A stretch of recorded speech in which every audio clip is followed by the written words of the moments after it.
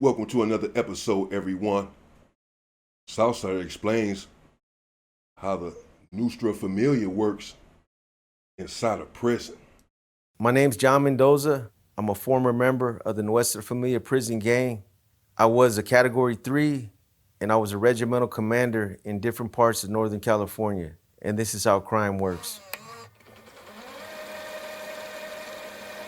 I've been to San Quentin, Pelican Bay. In the early 90s, they put us out there with Southern Mexicans and the Aryan Brotherhood, the I was Nazi. about to say, okay, so he's a norteño. He's a norteño. Okay, but I was about to say he was a norteño. I said Serrano, he's a norteño. Northerner. Lowriders, those were our enemies. They were putting us out there on the yard together, and we were going out there fighting. If you were crafty enough to bring a weapon out, we'll try to kill each other.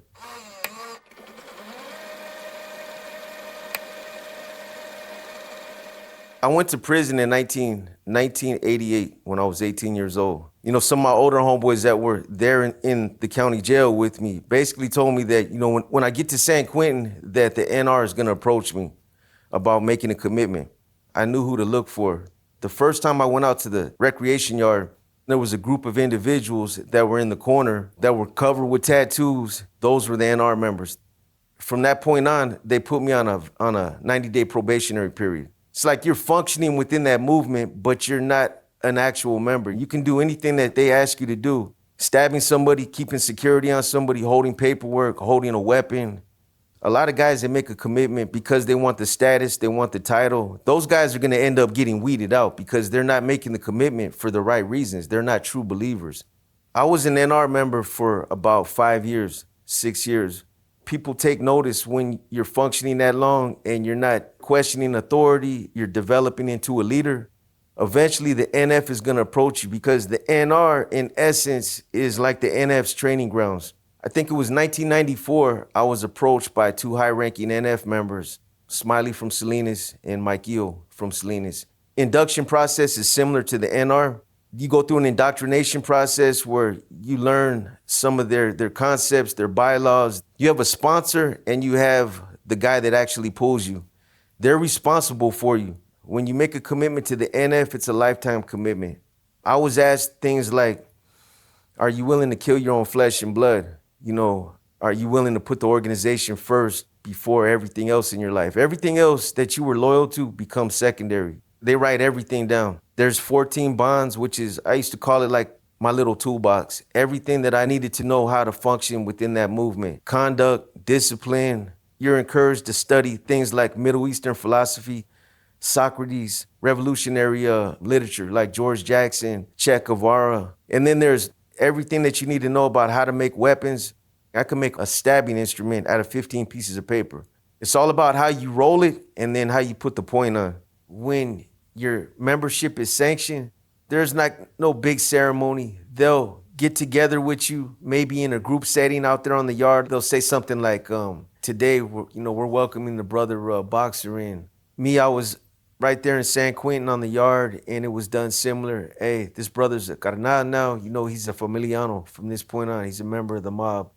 It's like I felt like I reached a pinnacle, a point in my career where I had really accomplished something. Everything that I've done, it was all worth it. 50% of the US is using an ad block already. With Pi Ad Block, visit your favorite websites and watch ads.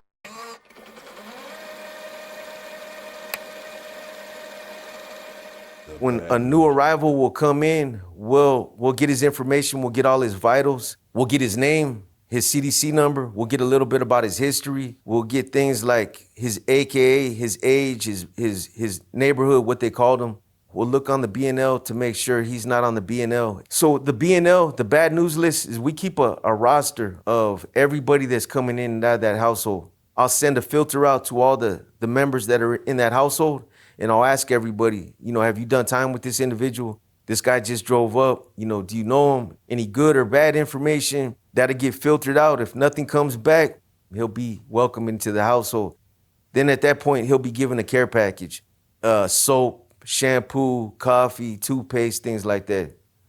When you first come in to an ad seg or even a mainline, they give you what's called a 114 lockup order. That's like your passport. The gangs, they're gonna ask you for that. But the only way you're gonna get a lockup order is if they freely give it up. That's the only way we're gonna get it. It's gonna say on that lockup order, whatever gang that you're affiliated with, it's gonna say things like if you got an S on your jacket, like a sex offense or something, it's gonna say it right there. So somebody like that, you know, you got an S, they probably wouldn't even give up their 114 lockup order because they already know what time it is.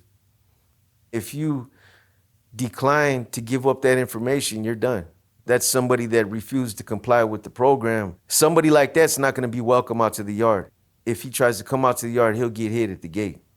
I mean, obviously, there's a lot of perks with becoming a member like that. You're going to get that rock star status kind of treatment from a lot of the youngsters out there on the streets and in prison. They look up to you. They call NF members just like they call Mexican Mafia members big homies. Well, you're going to have a lot of access at money. I've learned a lot of things that I still hold to this day, even though I'm not a part of it no more. You know, things like conducting myself a certain way.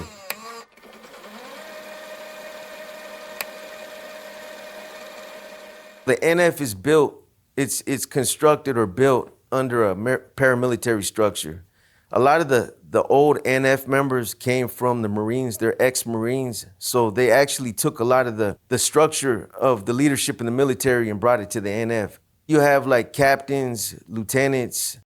And that's just what it is. You know, it's like each one teach one. You'll find that a lot of these gangs, you know, have ex-military personnel that know how to shoot weapons and know about self-defense and combat and all of this stuff, and they impart this to the gang. You see what he just said, that a lot of the stuff that he learned while in the NF, he implements in his daily life today. So it carries on, it passes on. But here it is, he seems to be spilling the beans, at least, giving a rare insight into the structure of the NF, how it works. 90-day probationary period. Then at some point you're welcome in, etc. Commanders, a category 1 or for members that are just coming into the organization, they have no status over anybody else. Then you have a Cat 2. They've shown that they have leadership potential and they can give a correct interpretation of the Constitution. They'll become teachers for the Cat 1s. Now, in order to become a Cat 3, this is the cream of the crop. You need to be voted in. Then you have the inner council and the general council that basically make the decisions for the entire organization. You have a general for the prisons, you have a general for the streets, and then you have a general it's basically like internal affairs. He handles investigations, internal disputes, things like that. When you're in the SHU, you might be in charge of like 200 guys. You're not really running the whole prison. There's guys out there on the main line, regimental commanders out there that are doing that. But on the streets, if you're a regimental commander out there, it might be 20 or 30 guys. I was a regimental commander all over Northern California, different parts. Each time, there was probably around 10 to 20 members that were under me at that time. A day for me, well, it depends. Like San Quentin, you're running H unit in North Block, West Block. I would have to sit there and answer some investigations. So you're getting daily filters or weekly filters from all these different blocks. All day long, I would just be getting inundated with kites. San Quentin is the worst place to be as far as being a leader. Babe! What? Oh my God, 140. That's just it. As I've said before many times, the shot caller, being a shot caller, is not all that it's cracked up to be. It's just not, man, for various reasons.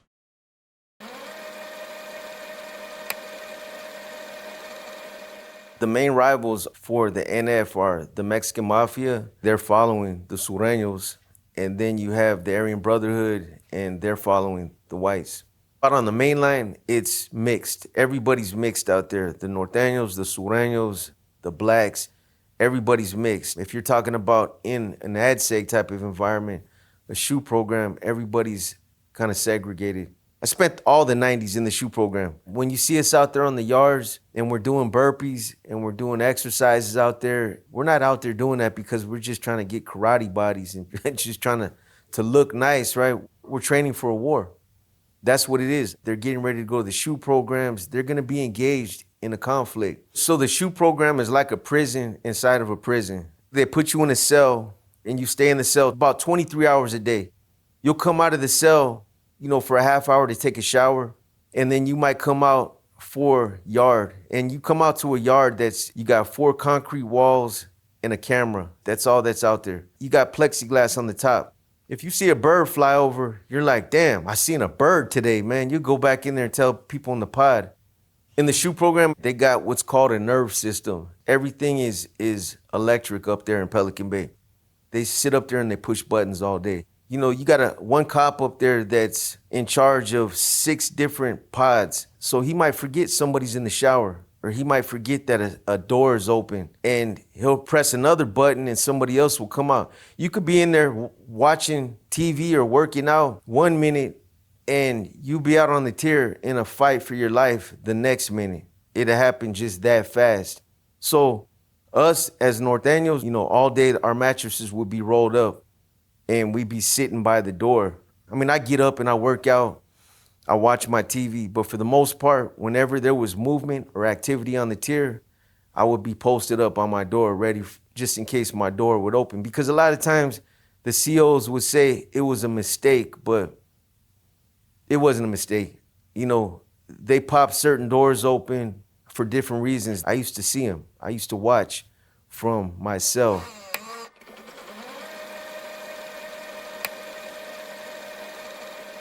There's a lot of different places out there on the yards to bury weapons. Inside the buildings, up on like in the little rafters, we obviously know where they're at, under sinks or in the walls, buried. They keister it, to move a weapon from one place to another. They'll put it in their anal cavity is how it's moved around.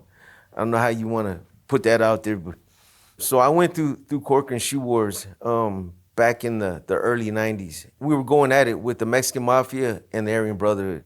They knew we were mortal enemies, that we would kill each other if we had a chance, but they would put us out on the yard, and they knew, the administration knew over there, you'd have to have your light on, and that meant that you wanted to go to yard. Guys used to turn their lights off because they didn't want no part of it. But those of us that remained active, we turn our lights on and we go out. It's like a little enclosure before you get out to the yard. And the yard's like it's kind of shaped like a piece of pie. When you get in that little enclosure, you can see through the yard door who you're gonna go out there and get off with. So we go out, we fight. Always try to get yourself situated so that they have their back to the gunner, so that you can see what the gunner's doing. Because we were the ones that were getting targeted. It was the Northerners and the blacks that were getting shot and killed over there. There's no warning shots per se, but what they have is it's called a Bertha or a knee knocker. It's like a gas gun that fires little wooden blocks. Sometimes they'll fire it once, twice, and then they'll grab the real gun. But yeah, they don't give warning shots. Now the other thing though too is the COs are making bets. They would be like, hey, we got money on you guys, man. You guys better go out there and do your thing, man. Sometimes they would take their best fighters from one building and they would take the best fighter from another building and get them out there. When I first came in the system, I was young. I used to mean mug them. I used to have a bad taste, for certain individuals. And I didn't even know why I hated them. It was because I was supposed to. That's the mindset that was instilled within me. But being around them, a lot of them were just like us. They were solid dudes. If there's a Sureño and he needs some toothpaste, or I got a book and he wants to read it, we'll pass literature back and forth to each other. We can play chess on the tier. It doesn't do us any good to make that environment any more stressful than what it is. Now, like I said, if the gates open, we were directed to basically torpedo out and engage with whoever was on the tier.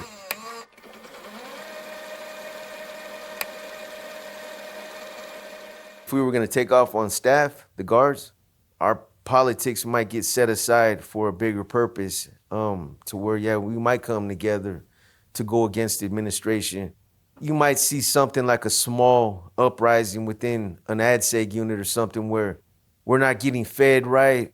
They're tearing up our cells and disrespecting, personal possessions like pictures and things like that, where everybody says, you know what, we had enough. Let's just all board up, blocking your window so that they can't see in there, which basically forces them to have to come in there and cell extract you. It's something that I was personally involved in before in Susanville. When we were going through the Cork and Shoe Wars, people might debate this, but a lot of the COs were split as far as who they favored in that war. Even some of the female officers, it's just you could tell that they were either sympathizing for the North or they were sympathizing for the South. A lot of it is geography. Yeah, geography, and that's just the truth. You have COs, correctional officers, that favor Southsiders. You have COs that favor Norteños. You have rare, but you'll find a CO who, here and there that may favor black people, and they aid in these wars. But this man here, he's breaking down a lot. He's sharing a lot of information about how the NF operates. These are not my words. These are his words. Where that prison's at, whether or not they got family that are, that might be hooked up. So it just depends. Corruption, it's rampant in the county jails. I mean, you see a lot of relationships that happen where female officers are getting into relationships with inmates. The next thing you know, they're bringing in drugs. They're not getting that kind of stuff into the visiting room. They're getting it through corrupt COs. In prison, one of the things that is a huge problem are the cell phones that are coming in. But it's a huge business for COs. They can make anywhere from $1,000 to $4,000 bringing in a phone, a cell phone. Having the phones it's a lot different because, again, when I was in the SHU program back in the 90s, when we be back there plotting somebody's murder, there was a lot of lag time that was involved. Either it had to go out through a letter, a coded letter, a phone call, or a visit. And, you'd have to wait maybe a week or two for somebody to drive 300-400 miles to come see you up in Pelican Bay. But now you put these cell phones in the hands of these leaders. If somebody's got a green light on them, they'll make a phone call. You'll get a leader that will call a figurehead on the streets, and it will happen in real time. Hey, this dude's got a green light on him. He's got to go. It might happen that same night.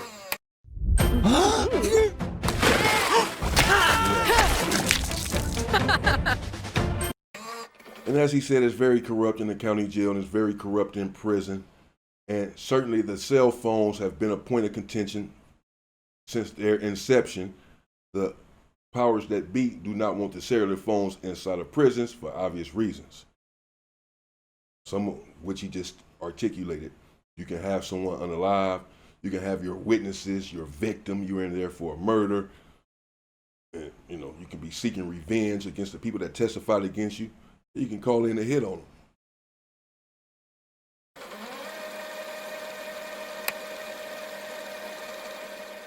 Let's say somebody came on the tier, I was on the tier in the ADSEG or something, and he was like 6 cells down. I'd make verbal contact with them. I'd yell down there, hey homie, that just came in. Hey, once you get situated, go ahead and make a line so that, I can get at you. Making a line is where you take the elastic from your boxers or from the strands from your sheet. You'll make a line and you'll tie them together so that you can put a weight at the end of it, and then you'll throw it down the tier. It's just like a way to get back and forth to the cells. So he'll tie the kite on there and I'll pull it in and I'll read it and then I'll respond to it and he'll pull it back. Ingenuity, there's a lot of different ways to do things like that. Covert communications, there's a language that we use in there is called Nawa. It's an Aztec language and there's different dialects, but we use it so that if we're on a tier and we need to communicate and there's officers on the tier, we can talk on the tier in front of them and they're not gonna know what we say. There's very few people that know the whole language. They'll just know certain words like weapon, drugs, CO, hit, green light, things like that. Norteños, our color is red. Sureños, they wear blue. So the NF insignia, the sombrero, obviously it signifies the Mexican heritage. You got the dagger that signifies that this is a violent organization, and then each drop of blood characterizes its own individual meaning. So one drop of blood is for blood in, guys that have spilled blood coming into the organization, blood out, meaning anybody that tries to walk away from the organization, it's an automatic death sentence. And then the third drop of blood is for members that have honorably spilled blood that have died in the course of, their career. I had Nuestra Familia tattooed on the back of my head, and I got that covered up. I had a star on my hairline when I had hair. That signified the NR. I had Familiano over my left eyebrow, being a family member in Spanish. And then I had a tattoo on the back of my forearm. I had an NF back there.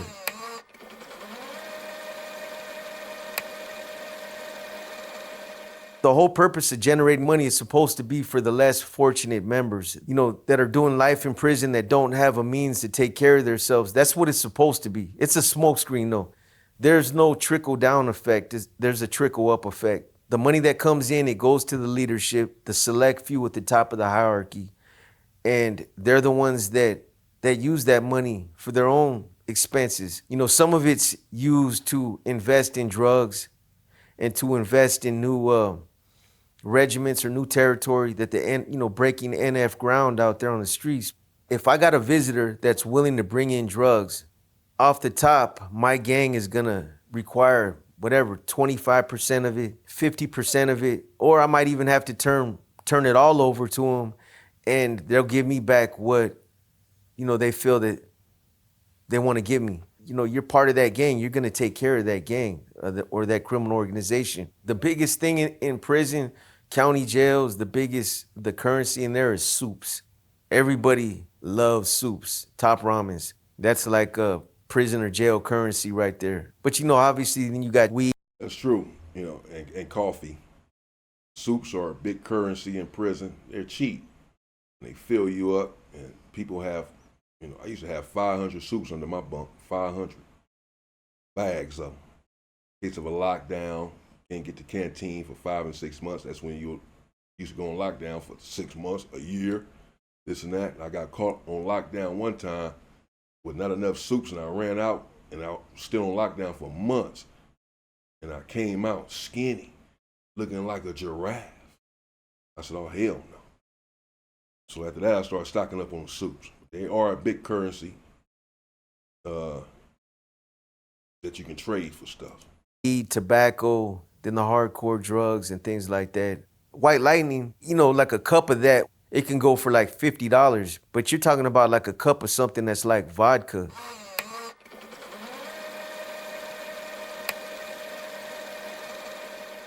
I learned early on from a young gang member that the more violent I was, the more blood that I spilled out there on the streets, the more respect I got. The fastest way to elevate yourself within the organization is by hurting people. So out on the streets, the structure, you have your regimental commander, second in command, your squad leaders, and then your manpower. I would have a second in command, and he would be my buffer. He would collect the money. He would make sure that everybody's following policy, issuing out the drugs, the guns that were coming in off the streets. That was to kind of keep me insulated. In the 90s, when it was a lot different, the regiments were called colonias. Back in those days, everything was compartmentalized. You had a robbery crew, another crew that would sell dope. You had a wrecking crew. I think the influence has waned over the years, like a lot. In the 80s and the 90s, you couldn't testify against the NF and live in the same county. You wouldn't even want to be in California. The threat was very real back in those days. But once the 3-strike law came into effect, we kind of stepped away from the violent crimes and started doing almost exclusively selling drugs.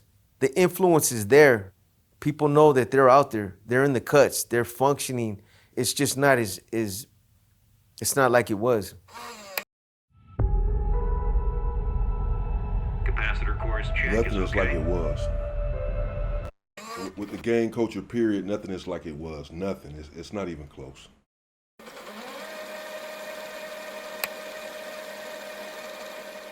I want to say since like 68 is when the NF first came into inception. From that time on, that's when they took a stand against the Mexican mafia in South Block, San Quentin. This is basically when the NF banded together, decided that they weren't gonna be abused by the Mexican mafia anymore. And from that point on, that's when the war started. So for almost the next 5 decades, that war was in effect. The truce actually started back in the SHU program in Pelican Bay, the end of hostilities, their agreement. Again, the whole purpose of it was for a lot of these guys that had been in the SHU program for some of them 3 decades, it was to get back out to the main lines and to basically show CDC that they could, live on the same yard without killing each other.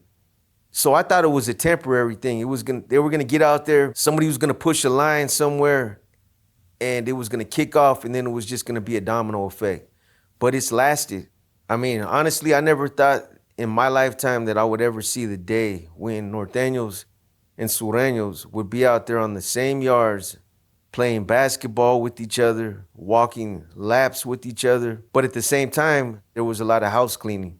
Guys that had issues, internal issues within their respective gang were getting dealt with. Whether it was over misconduct, something came up in their past or something like that, there was a lot of house cleaning. And then there was a lot of guys that didn't agree with the peace treaty. They felt like, you know what, I didn't sign up for this, man.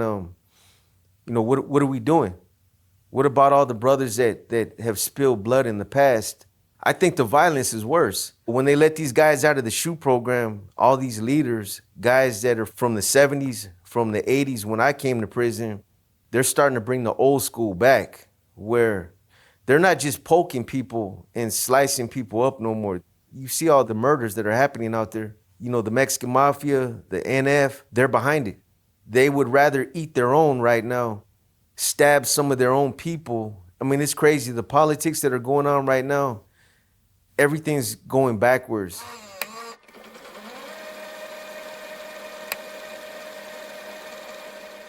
In 2004, I was arrested in a multi-agency investigation where I was the leader of a street crew, an NF regiment. So I was the main target in that investigation. On the first day, on June 11th, 2004, they raided around 8 houses that were all in relation to this investigation. On the first wave, they hit my house where I had all my guns. They hit another house where I had all my money. By 2005, that case continued to snowball. They put me in an observation cell because they said I had too much influence with the norteños. So they wanted to keep me isolated. And during that time, my whole concern was, my girl, she had lupus. I was trying to do everything I could to make it easy on her. I knew I was in trouble, but I didn't want to tell her because she had lupus, and for somebody like that, stress is a killer. So during the first couple weeks, talking to her, my mom on the phone, I had some difficult conversations with them. What are you gonna do? You're gonna sacrifice yourself, think about your family for once. My mom kept pushing me to cooperate. She kept pushing me to cooperate. You need to cooperate, do what you do. Your wife's out here dying, what are you gonna do? And I basically started pacifying her, telling her whatever I needed to tell her. Let the case play out. I haven't even been to court yet. So what they do is, and understandably, they release my phone calls of how I've been talking to my girl. And all my co-defendants hear these conversations, about cooperating. Trying to explain that to the NF, it was gonna fall on deaf ears. Because of who I was a leader. I get held to different standards because I know better. And I got no business talking like that. This is 5 years later now. People are still speculating that I'm cooperating. Come on, man, it's 5 years and there's no police reports, there's nothing. So somebody that had an agenda pushed the issue with leadership up in the Bay. They put a green light on me. Nothing happened. It was literally the dude that tried to, honoring the green light, tried to push a phone over in front of me on the tier. I still held my mud. I still wanted to be a part of the organization. 17 months later, they put me back on the active tier. I functioned for another 2 years, put another green light on me. And the second time it was just as bad as the first time. Somebody wanted to act like they were trying to spear me through the bars. The spear was like 2 feet too short, didn't have a tip on it. You know, my wife, she died. She ended up dying. My mom ended up dying. She passed away. So they did this at a time when I was already in a dark place. You know what I mean? I'm looking at life. I was getting ready to plead out. But then they pulled that. So I was like, you know what? I'm done, man. The district attorney wants to wash me up. You know, I'm in bad standings now with the NF. What do I do? Law enforcement again came up and they're like, you know what? Loyalty only goes so far. Come on, man. I agreed that I was done and that Zero math skills needed. File your Fed and state returns free with TurboTax. Pay $0. you know that You can all see where this is going. He snitched. I would talk to him. So that's what I did from that point on. I denounced my membership and, you know, I agreed to cooperate. However, the cooperation that I gave was just, I didn't go in as a percipient witness. Everybody that I got arrested with was gone. So I went in there basically talking about what I'm talking about now, how gangs work. The judge struck 2 of my strike priors, which took me out of the 3 strikes and gave me 16 years, 8 months. I've been in the county jail almost 10 years. None of that had to happen. If the NF would have let me fight my case, I would have been a big dummy sitting in Pelican Bay right now with a life sentence. Yeah, I was one of the true believers. But, you know, by them pulling the trigger twice, I felt betrayed. No excuses, man. No excuses. For somebody that I don't hear that shit. that just doesn't want to be part of the organization no more, for them to walk away, to just ride off into the sunset and go on about their life and not hurt nobody, it's still not considered honorable, but it's something that people will say, you know what, at least he didn't tell on everybody. At least he didn't hurt nobody. But, you know, there's never a retirement. You'll never be able to walk away in good standings. I've had a couple of situations where I ran into some individuals, when there are 15 of them, that's when everybody wants to get active. But, you know, when I catch cats by themselves, they're not trying to do all that, you know. And then I'm not trying to look for trouble either, you know. I'm trying to just live out the rest of my days without all the drama. I'm not gonna spend the rest of my life looking over my shoulder.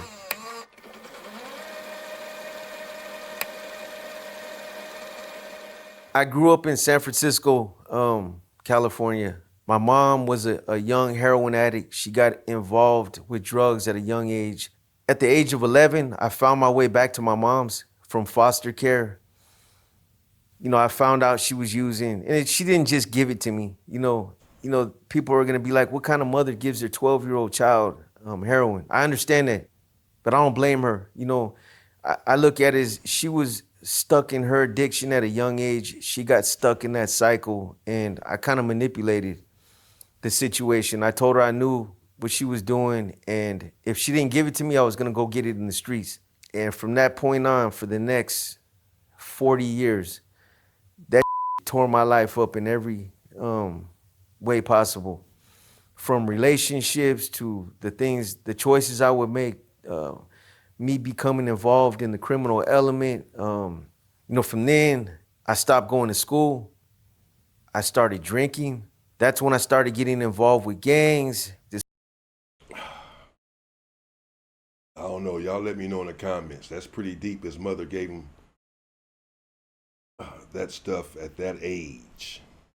He says he doesn't blame his mother. I understand, because she was in her addiction. I mean, and when you're addicted, you do all sorts of stuff, especially when you're addicted to that. But any sort of addiction, a drug addiction,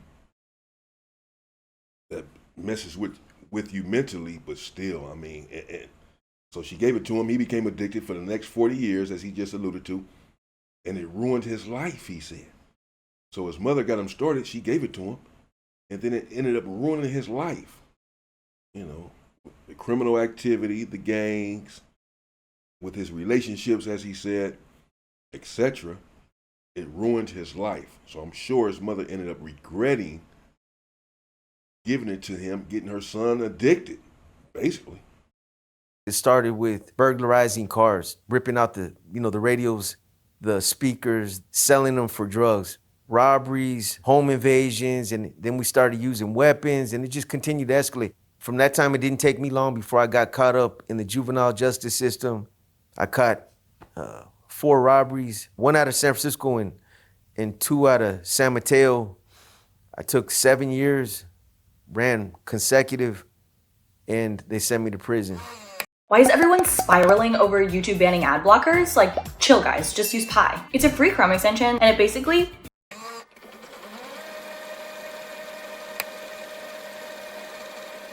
My book is, I've met, through talking to at-risk youth, I've talked to kids that have gotten in trouble. Probation officers come up and tell me that, these youngsters, they read your book and we actually use your book as like a workshop type of thing. The name of the book is called Nuestra Familia, A Broken Paradigm.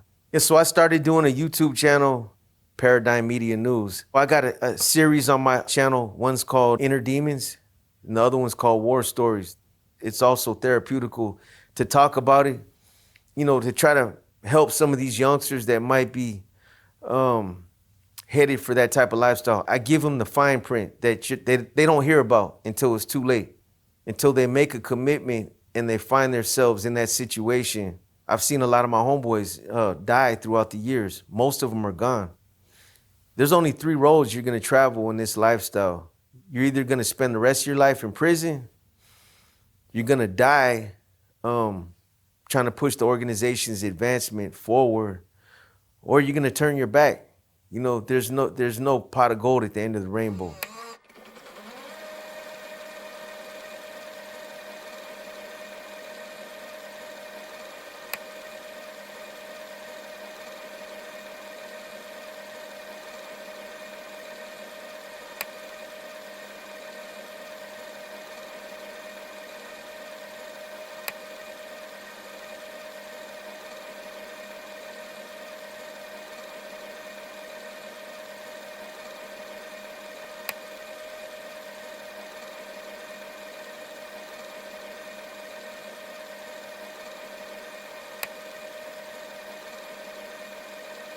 Okay, so we just talking about the prison guards, that